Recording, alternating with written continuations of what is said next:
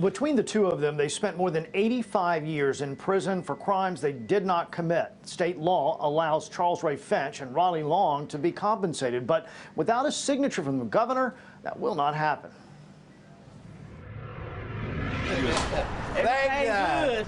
His family cheering outside the courthouse in Raleigh. After 43 years in prison, former death row inmate Charles Ray Finch was freed in 2019 after a wrongful conviction.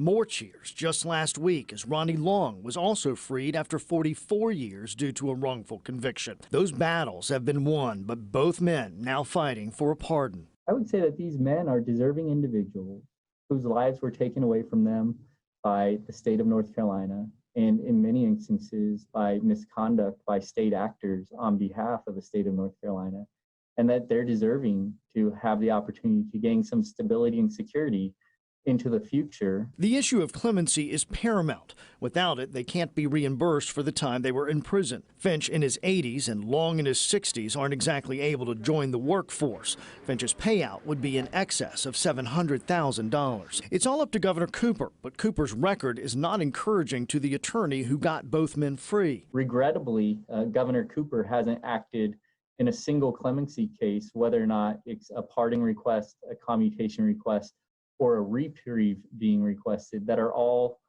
powers vested in the governor by the North Carolina Constitution. Cooper would be the first North Carolina governor in 40 years to not grant clemency in their first term, while Governors Hunt, Martin, Easley, Perdue, and McCrory, both Democrats and Republicans, did. When you just look at the individuals who we have pending with pardon requests of the governor, including Ronnie Long, it'll be 136 total years lost to wrongful incarceration by the state of North Carolina and $0 in compensation. And that does not include the other wrongfully convicted waiting for the same thing.